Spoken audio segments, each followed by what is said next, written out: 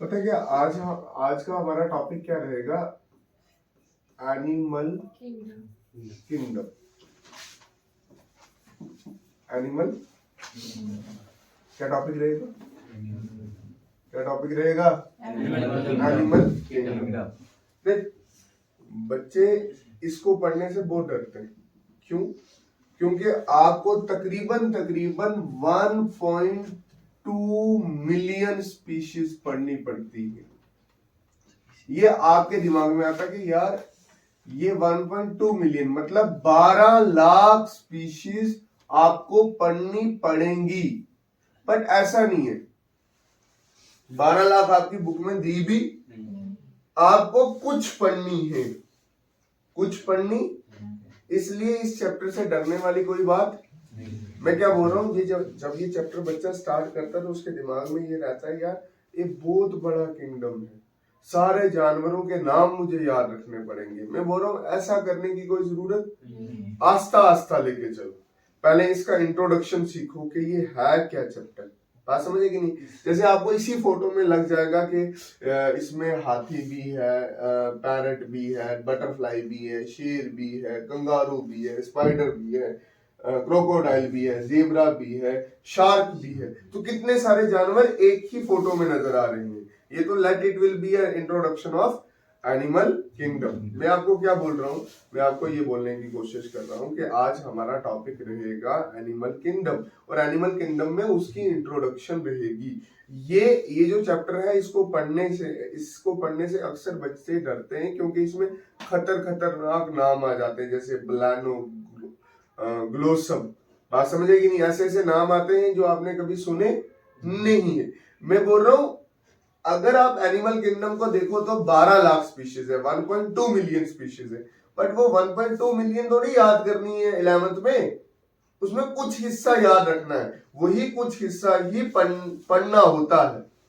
बात समझे कि नहीं? आप मत देखो दिनेश की बुक को, प्रदीप की बुक को, जो आपका बोर्ड आपको सजेस्ट करता है, ये बोर्ड के टीचर्स आपको सजेस्ट करते हैं। आपकी एनसीईआरटी है, उस पर कन्फाइंड हो। आपको एनसीईआरटी के एग्जांपल्स याद होने चाहिए, आपको दिनेश प्रकाश के एग्जांपल याद नहीं होने चाहिए। अच्छा मेरी बात सुनो, करने का पैटर्न किस तरह से रहेगा पहले ध्यान से सुनो। करने का पैटर्न ये रहेगा कि मैं जस्ट इंट्रोड्यूस करवाऊंगा आपको ये चैप्टर। समझ आया कि नहीं आया? इतनी टफ चीजें मैं इसमें बताने वाला, टफ चीजें मैं आपको इसमें कुछ नहीं बताऊंगा आज के दिन। समझ आया कि नहीं आया? अब मेरी बात सुनो, लिविंग ऑर्गेनिज्म जो था ना, देखना ध्यान से, जो लिविंग ऑर्गेनिज्म थे, जितने भी जानदार जानवर थे, उसको हमारा साइंटिस्ट आया जिसका नाम था, क्या नाम था? R.H. विटेकर।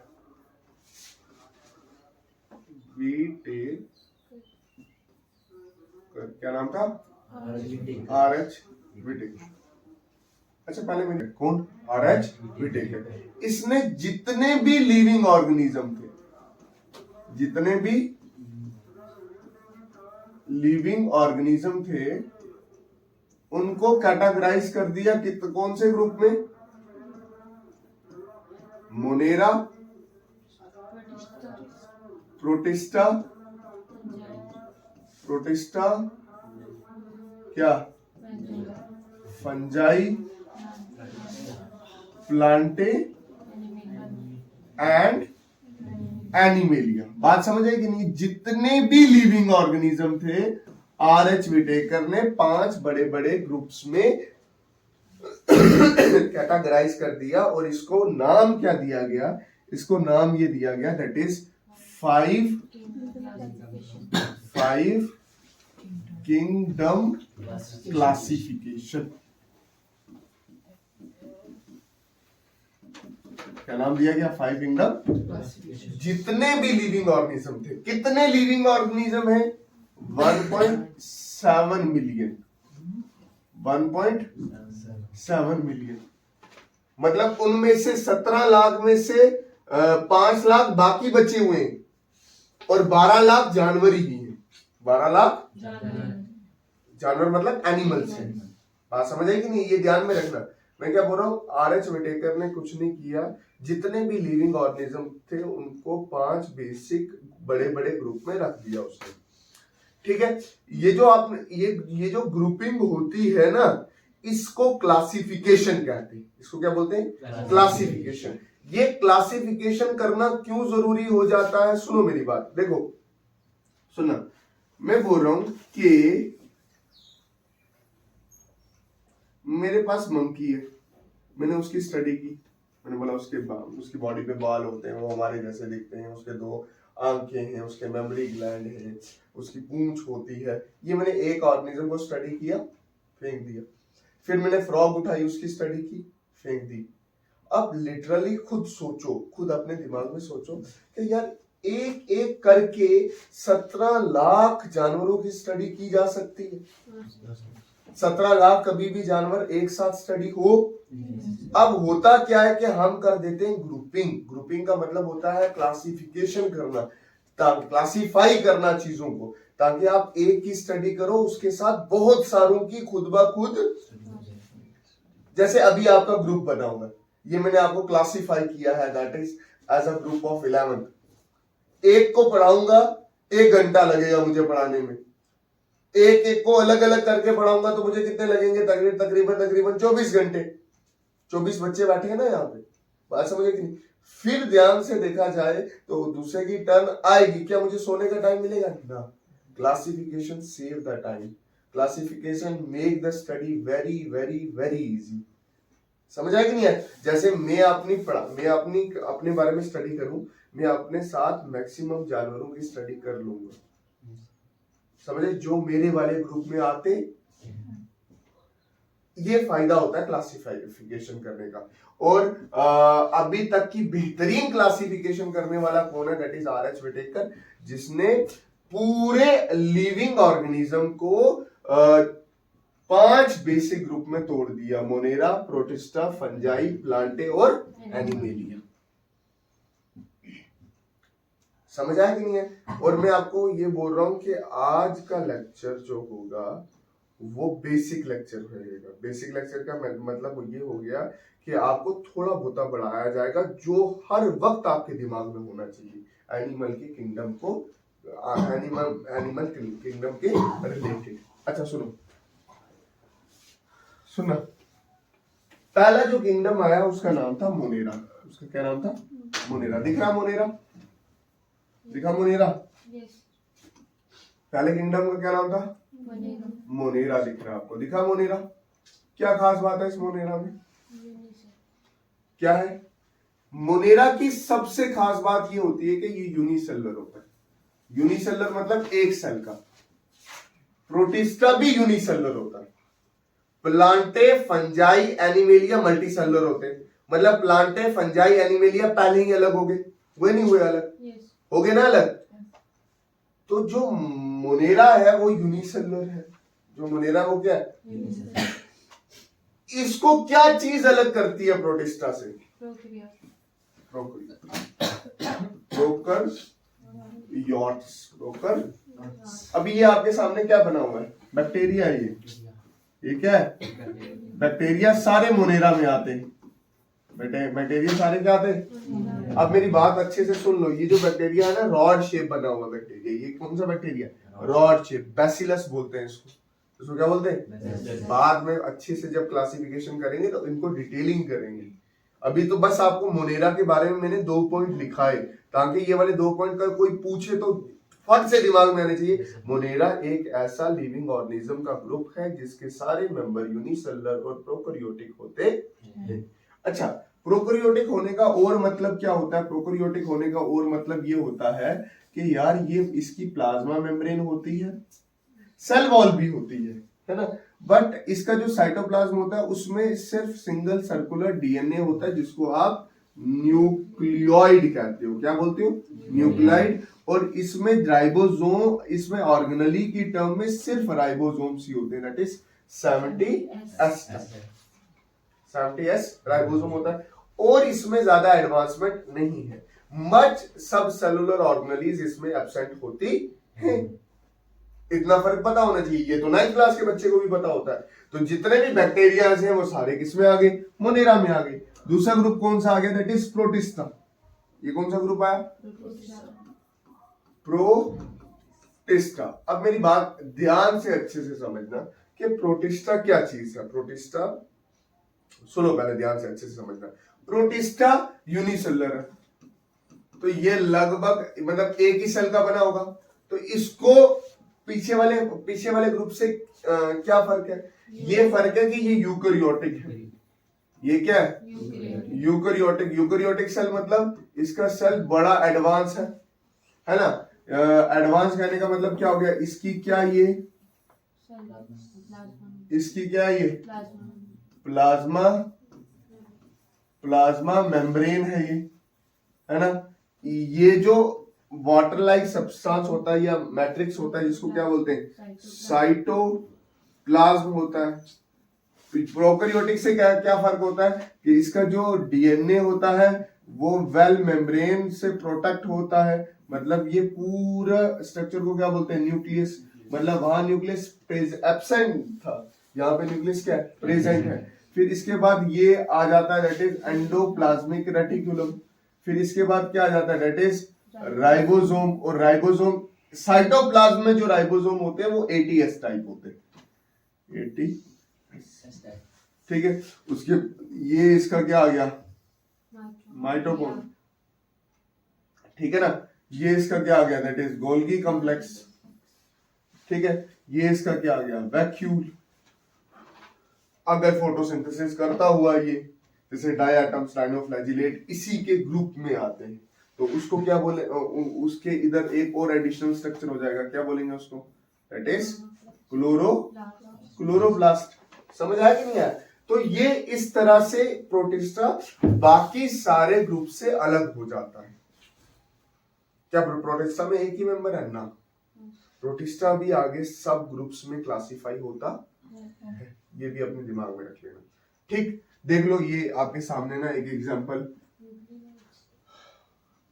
ठीक है ना। ये ग्रीन कलर का क्यों है, क्लोरोफिल प्रेजेंट है, फोटोसिंथेसिस करता होगा। हल्क पता है, हल्क, हल्क फोटोसिंथेसिस करता होगा। हल्क होता है ना ग्रीन कलर का, नहीं कर यार, गरीबों अमीरों वाली मूवीज भी देखा करो, ये कुछ होता है ये वगैरह। हल्क नहीं देखा, हल्क हल्क कैसे दिखता है, साकिब खड़ा कैसे दिखता है, ग्रीन कलर का, कितना बड़ा है, खड़ा होता है बहुत बड़ा।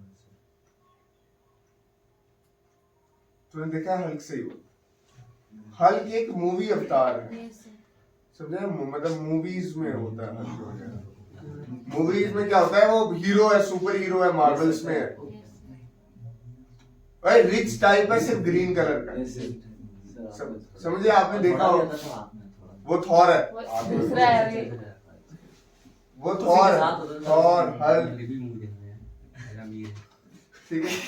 ये वाली मूवीज देखा करो, मजा आता है, आप एक बार देखना शुरू करो, ठीक है। संडे ठीक है। किसी पे मैंने ऐसे एक कमेंट पे देखा था, तो उसमें वो बोलता था सर हल्क फोटोसिंथेसिस कर सकता है, हल्क फोटोसिंथेसिस कर सकता है, तो वो ग्रीन कलर का है तो वो कर सकता है। समझ आया कि नहीं है, ठीक है। अच्छा, ये प्लांटे, ये क्या है, प्लांटे में क्या है, प्लांटे में एक चीज तो मल्टी सेलुलर होगी। मल्टी सेलुलर मतलब वो मोनेरा और प्रोटिस्टा से तो ये अलग ही हो गया ना, अलग। इसकी बेसिक चीज तो अलग होगी ना, इसका मतलब ग्रुप क्या करेगा, अलग बनेगा। जितने भी मल्टी सेलुलर होंगे साथ साथ में यूकैरियोटिक होंगे, साथ साथ में ऑटोट्रॉफिक होंगे। ऑटोट्रॉफिक मतलब ऐसे करेंगे ना, ऐसे ओम शांति, फोटोसिंथेसिस करेंगे। समझ आया कि नहीं है। प्लांट्स ऐसा कर सकते हैं कि खड़े खड़े अपनी बॉडी के अंदर ही खाना बनाए, बट एनिमल्स ऐसा कुछ नहीं कर सकते, क्योंकि उनके पास क्लोरोफिल होता है, क्लोरोप्लास्ट होता है, जो फंजाई और एनिमल किंगडम को बिल्कुल अलग करता है इस वाले किंगडम से। समझ आया कि नहीं यार? ये ऑटोट्रॉफिक है और इसमें क्लोरोप्लास्ट होता है। देखो क्या प्लांटे मोनेरा और प्रोटिस्टा से अलग हो गया ना? क्योंकि यहां पे एडिशनल पॉइंट कौन सा आ गया? मल्टीसेलुलर। प्रोटिस्टा से तो अलग हो गया। अब वो उससे क्यों अलग हुआ? फंजाई और एनिमल से क्यों अलग हुआ? क्योंकि ये ऑटोट्रॉफिक। ये क्या है? सुनो, ये मेरे पास है फंजाई वाला ग्रुप। अब मेरी बात सुना, फंजाई मल्टीसेलुलर होती है, फंजाई मल्टीसेलुलर होती है, फंजाई यूकैरियोटिक होती है, फंजाई यूकैरियोटिक होती। और क्या फंजाई में स्पेशल फीचर है? फंजाई हेटेरोट्रॉफिक है। क्या है? हेटेरोट्रॉफिक है। हेटेरोट्रॉफिक कहने का मतलब ये हो गया कि अपना खाना खुद नहीं बना सकती, ये नहीं ऐसे ओम शांति करके फोटोसिंथेसिस करेगी। प्लांट्स ऐसा कर सकते हैं, बट ये तो एनिमल से भी मिलता जुलता है ना। फर्क कहाँ आता है? फर्क ये होता है कि ये जब खाना खाता है ना, पता क्या करेगा? पहले आपने खाने को देखेगा, ऐसे देखेगा, फिर उसके ऊपर थूक मारेगा, थूक खाना बाहर डाइजेस्ट होगा, खाना जो बाहर डाइजेस्ट होगा फिर क्या करेगा? वो जो कॉम्प्लेक्स फूड किस में कन्वर्ट हो जाएगा? सिंपल में। और वो सिंपल खाना वो निगलने, क्या बोलने की कोशिश करो, समझ आया? मैंने बोला फंजाई ना ऐसे करता है, जैसे ही अपना खाना देखता है तो उसके ऊपर थूकता है, तो जो बाहर कॉम्प्लेक्स फूड होता है वो सिंपल सॉल्युबल फॉर्म में कन्वर्ट हो जाता है और फिर दोबारा उसको क्या कर लेता है? निगल लेता है। ऐसी हेटेरोट्रॉफिक न्यूट्रिशन को बोलते हैं सेप्रोट्रॉफिक न्यूट्रिशन। सेप्रोट्रॉफिक न्यूट्रिशन क्या बोलते हैं इसको? सेप्रोट्रॉफिक। बात समझ आई कि नहीं है? इसको बोला जाता है क्या? Saprotrophic nutrition. Okay, multicellular, eukaryotic, heterotrophic, और ये क्या है? सेप्रोट्रॉफिक। चलो, जितना इतना मैंने बोला आपको अच्छे से समझ आया, ठीक?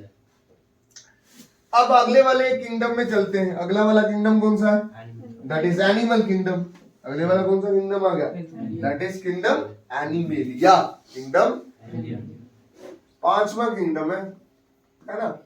एनिमेलिया में देखो, एनिमेलिया पढ़ना भी हमने यही है, पढ़ना भी हमने यही है। एनिमेलिया में सारे जानवरों को देखो तो सारे लगभग क्या होते हैं? मल्टी सेलुलर होते हैं। सारे जानवर क्या होते हैं? मल्टी। सारे जानवर यूकैरियोटिक होते नहीं होते?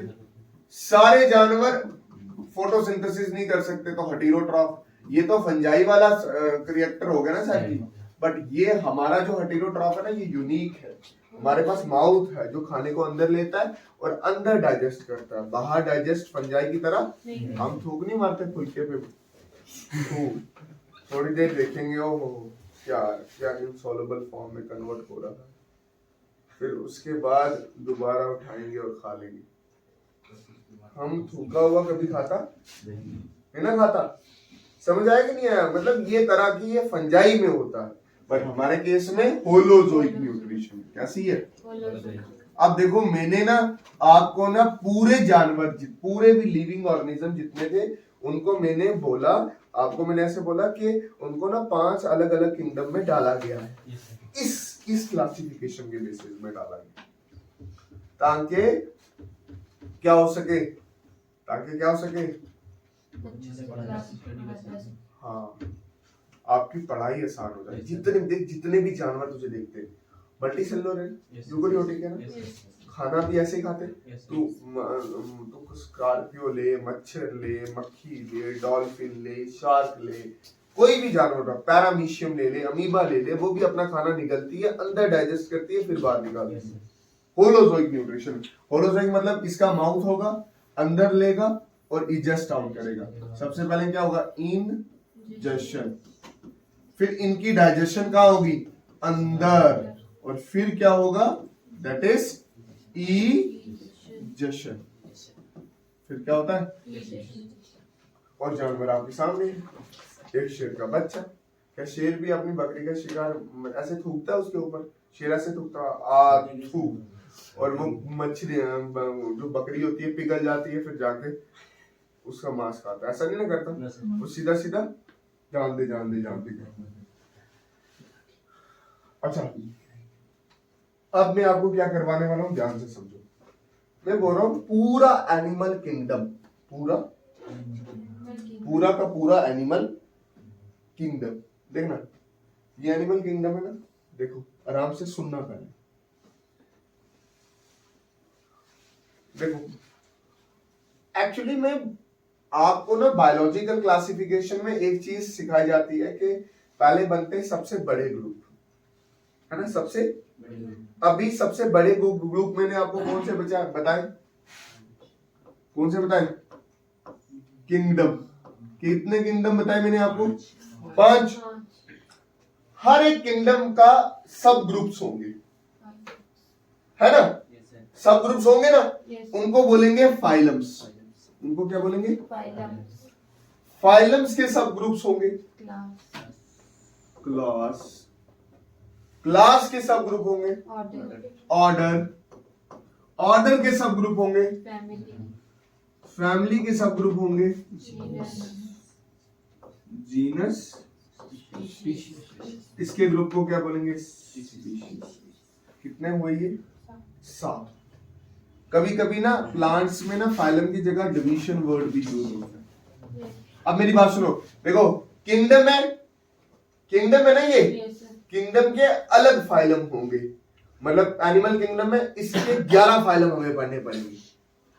तो क्लासिफिकेशन है ही हमारे सिलेबस में फाइलम लेवल तक है, क्लास लेवल तक जाएंगे बट कुछ ग्रुप्स में, क्लास लेवल तक जाएंगे बट कुछ इतनी डिटेल में नहीं है।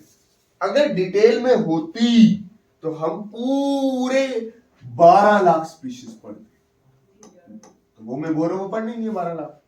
समझ आया आपको? समझ नहीं आया? देखो मोनेरा है ना किंगडम, उसके कुछ सब ग्रुप बनेंगे, फिर उन सब ग्रुप्स के भी सब ग्रुप्स बनेंगे, phylum, kingdom, class, order, family, genus, species. जैसे अभी एनिमल किंगडम है, इसके सब ग्रुप्स आपको जो पढ़ने हैं वो कितने हैं? 11। कितने पढ़ने? जैसे सबसे पहले वाला सब ग्रुप, सुनो मेरी बात, हर एक सब ग्रुप या हर एक फाइलम जो अभी मैं आपके सामने लिख रहा हूं, ये जो पहला फाइलम है दैट इज पोरीफीरा। पोरीफीरा मैं अभी बस इंट्रोड्यूस करवा रहा हूं ताकि आपको ना फाइलम्स के नाम याद रहे, उनका स्पेशल फीचर नाम याद रहे। समझ आया कि नहीं है? उनका स्पेशल फीचर याद रहे, पोरीफीरा का स्पेशल फीचर क्या है वो याद रहे। हर एक फाइलम में डिटेल बाद में करूं। जैसे पोरीफीरा ये आपको सामने में ये पोरीफीरा कहां नजर आ रहा है? एक्वाटिक है। अच्छा मेरी बात सुनो, पोरीफीरा मतलब इसकी बॉडी में पोर्स होंगे। इसकी बॉडी में क्या होंगे? पोरीफीरा क्या होगा? इसकी बॉडी में क्या होंगे? पोर्स होंगे। ठीक है, ये ऐसे छोटे छोटे छोटे छोटे क्या होंगे? पोर्स होंगे। ठीक है, और इन पोर से ना ये हमेशा समुद्र का पानी क्या करेगा? अपने अंदर डालता रहेगा, और जिसकी वजह से खाना भी इसके अंदर ही चला जाएगा। फिर ये खाना जो यूजफुल होगा ये अपने पास ही रखेगा, और जो वेस्ट होगा उसको बाहर निकालेगा। पोरीफीरा, पोर होंगे बॉडी में, और इसीलिए इसका दूसरा नाम क्या है? स्पोंज। इसका दूसरा नाम क्या है? स्पोंज। पोरीफीरा का दूसरा नाम क्या है? स्पोंज।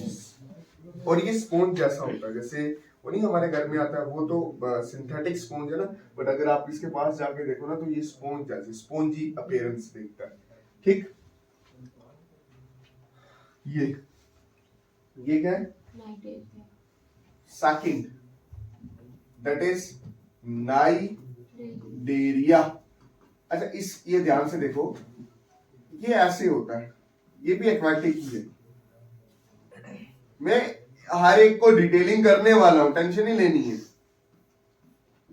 ठीक है, अच्छा एक चीज और समझना, ये ना सबस्ट्रेटम के साथ अटैच होता है, ये मूव मतलब शुरू के जानवर भी मूव नहीं करते थे, वो जहां होते थे वहीं पे होते थे। पानी, आपको पता पानी लेके आ जाएगा खाना इनके लिए। समझ आया कि नहीं? ये सबस्ट्रेटम के साथ जो सबस्ट्रेटम के साथ अटैच हो उसको बोलते हैं सिसाइल। क्या बोलते हैं? तो ये भी सिसाइल ही है, ये भी सिसाइल ही है। अब ये क्या करता है, कोई भी फूड देखता है, मान ले इसने कोई छोटा लिविंग ऑर्गेनिज्म देखा, इसकी बॉडी में ना एक सेल होता है, इसको बोलते हैं नाइडोब्लास्ट सेल। इसकी बॉडी में ना ऐसे सेल होते हैं जिसको क्या बोलते हैं, नाइडोब्लास्ट सेल। ये क्या करता है, ऐसे स्टिंक और जहर छोड़ता है जिसकी वजह से ये किल कर लेता है। ये किल हुआ और फिर इसको इसने क्या कर लिया, खा। बात समझ आई कि नहीं है? ये नाइडोब्लास्ट से इसका नाम क्या बना? अच्छा देखो ध्यान से, अगर आप मैं बोलूं जो पोरीफिरा है उनकी बॉडी में पोर्स है, स्पोन्स है। नाइडोब्लास्ट उनकी बॉडी में नाइडोब्लास्ट सेल है, बड़ा खतरनाक सेल है, शिकार करने में काम आता। नाम भी याद हुआ, स्पेशल फीचर भी। इनकी डिटेलिंग करनी बड़ी इंपॉर्टेंट है। अभी मैं डिटेलिंग करवा रहा नहीं, अभी मैं बस एनिमल किंगडम के सब ग्रुप्स के नाम के रिलेटेड या उनका क्या मैन फीचर है वो बता रहा हूं, ताकि आपको ना 11 के 11 फाइलम दिमाग में रहे कि यार मास्टर ने ये पढ़ाया था नाइडोब्लास्ट, नाइडेरिया, उसमें एक स्पेशल सेल होता था नाइडोब्लास्ट, वो शिकारी के काम आता। अच्छा, ये फॉर्म ना सबस्ट्रेटम के साथ अटैच ही होती है, इसको बोलते हैं पोलीपी। इसकी कुछ फॉर्म्स होती हैं जो तैरने लग जाती है, कुछ फॉर्म्स तैरने लग जाते हैं, इसको बोलते हैं मेड्यूसा। क्या बोलते हैं?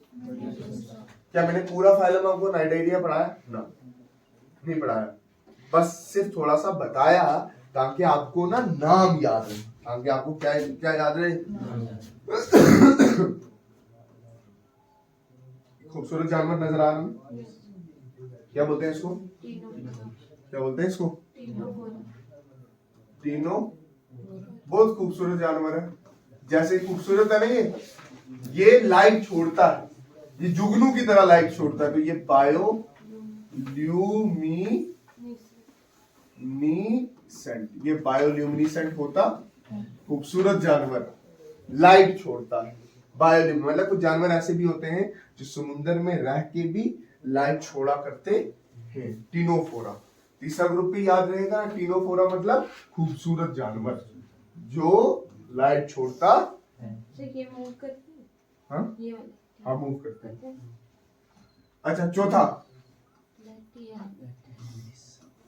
Platy helminths. देखो ये हेल है, हेल है। पता क्या करो, आप क्ले लो ना, उसके ऊपर चप्पल मारो, एक अपीयरेंस आएगी, ऐसी वॉर्म होती है। ये क्या होती है? ऐसी वॉर्म्स होती है।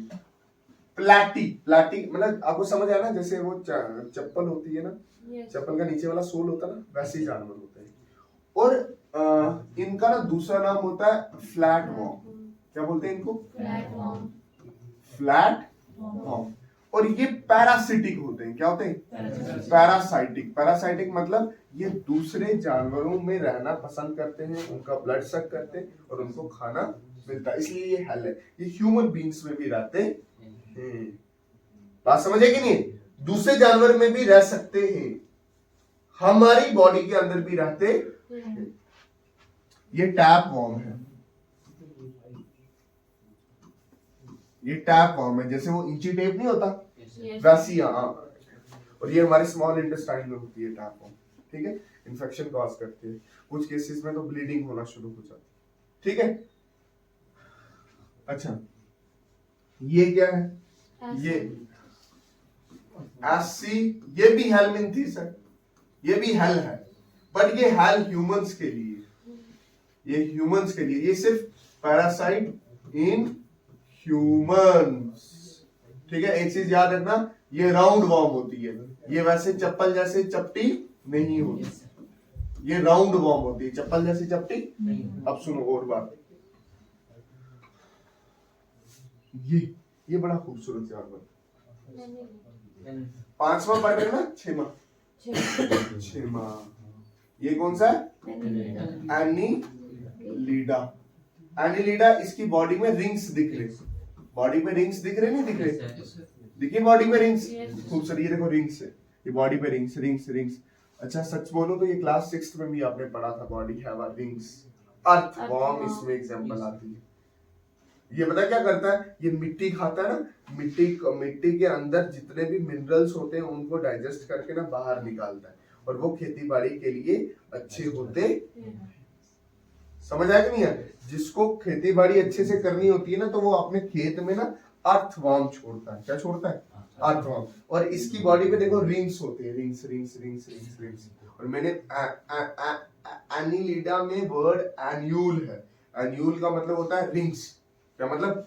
देख, अगर तेरे से porifera pores, cnidaria cnidoblast cell, ctenophora bioluminescent, platyhelminthes flatworm, hematichelminthes roundworm, annelida body have the rings। और बड़ा खूबसूरत जानवर, बड़ा ही। इसके बाद कुकरोच। कॉकरोच वाला जो है ना, ये कौन सा है? Seventh eight arthropoda.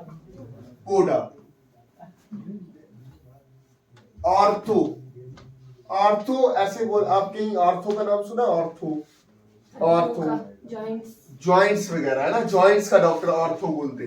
तो ये क्या हो गया? बॉडी हैव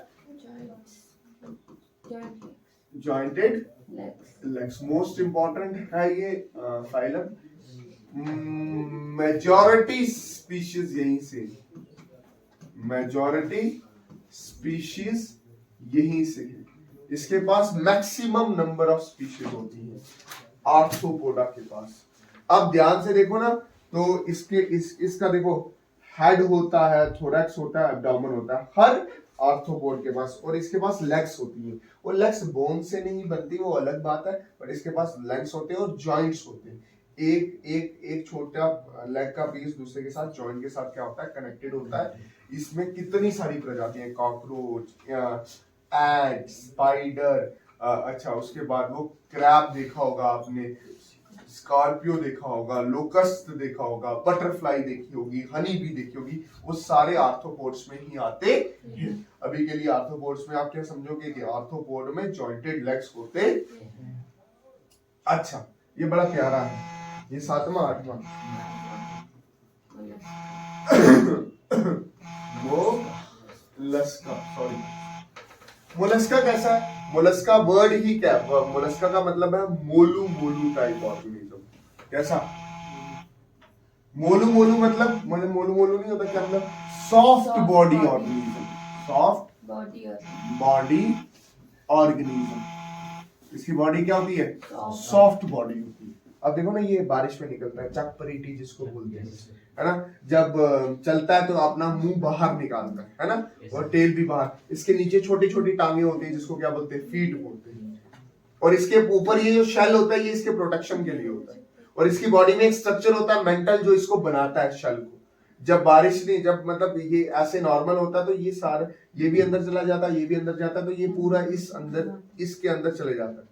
समझ आया कि नहीं है? अच्छा, सॉफ्ट बॉडी ऑर्गेनिज्म, ये तो ये आप इसको टच करो तो सॉफ्ट होता है, शेल को छोड़ के इसको टच करो सॉफ्ट होता है। इसमें एक और एग्जांपल आती है ऑक्टोपस की। इसकी और एग्जांपल क्या आती है? ऑक्टोपस में शेल नहीं होता, ठीक है। अच्छा, ये क्या है? इकाइनोडर्मेटा। इकाइनोडर्मेटा मतलब कांटे होते हैं, having spines on the body के ऊपर कांटे होते हैं, कांटे होते हैं। देखो ये बॉडी है, इसमें कांटे, जैसे स्टारफिश हो, और ये भी एक्वाटिक होती। कभी मौका मिला तो स्टारफिश दिखाऊंगा मैं आपको, ठीक है।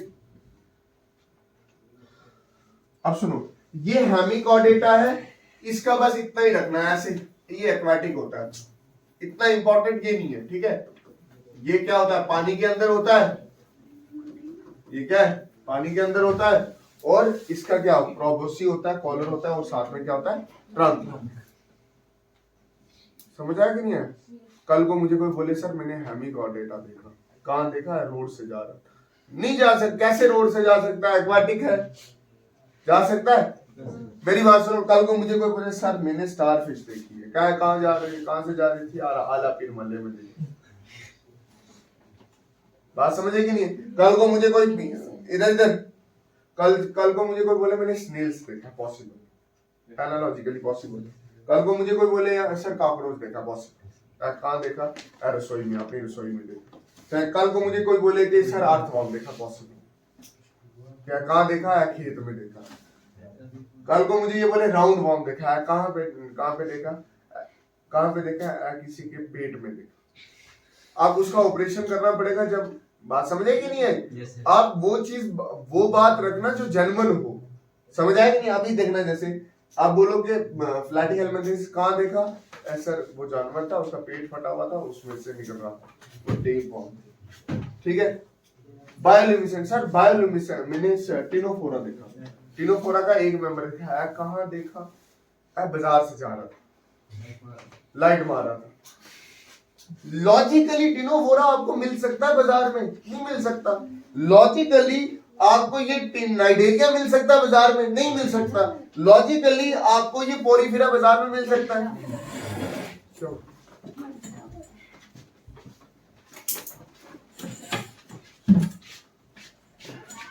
ठीक है, थोड़ा मिल सकता है ना? मिल सकता। ऑब्वियस सी बात है, नहीं मिलेगा। क्यों नहीं मिलेगा? क्योंकि वो उसका हैबिटेट भी तो वो होना चाहिए। समझ आया कि नहीं आया? तो बात वो वाला करना जो जेन्युइन हो, ठीक। अच्छा, उसके बाद हमारे पास 11वां फाइलम आता है जिसको बोलते हैं कॉर्डेटा। और कॉर्डेटा में आपने ना, सुनो, कॉर्डेटा सिर्फ एक ऐसा फाइलम है जिसकी आपने क्लॉस भी पढ़ाऊंगा, ऑर्डर भी पढ़ाऊंगा, फैमिली भी पढ़ाऊंगा, जीनस भी, स्पीशीज भी। मतलब कॉर्डेटा फाइलम की आपने पूरी डिटेलिंग करनी। इसमें क्या क्या आता है? मैमल आता है, ह्यूमन आते हैं, एम्फीबियन आते हैं, बर्ड्स आते हैं, रेप्टाइल आते हैं, वर्टिब्रेट आते हैं, फिशेज आते हैं। अब मेरी बात सुनो, क्या एटलीस्ट आज के लेक्चर से आपको ना एनिमल किंगडम में कितने फाइलम्स हैं वो तो आ गए ना? उनका क्या मतलब है वो तो समझ आया ना? वो तो ये चीज तो समझ आ गई ना कि सारे जानवर आप देख मैं नहीं, मुझे कोई बोले टिनोफोरा में देख के आया, मैं बिलीव कर लूंगा कि टिनोफोरा देख के आया ना? तुझे समुद्र में जाके ढूंढना पड़ेगा। समुद्र के जम्मू कश्मीर के इलाके में है कहीं समुद्र? कहीं समुद्र की बाउंड्री टच होती है? नहीं होती है। एक तरफ चाइना, दूसरी तरफ और तीसरी तरफ पंजाब।